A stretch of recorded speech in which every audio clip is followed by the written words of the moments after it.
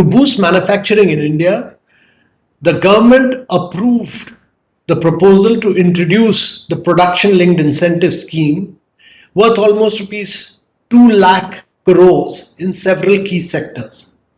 Around Indian rupee 19,000 crores has been assigned to clean technologies such as advanced battery cells and cutting edge solar modules.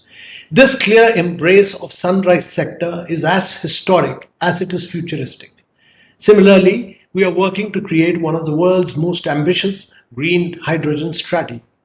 I wish IESA and CES best wishes for the World Energy Storage Day, global event which will showcase India's ACC battery program and green hydrogen mission to the global investors. I wish them all the very best.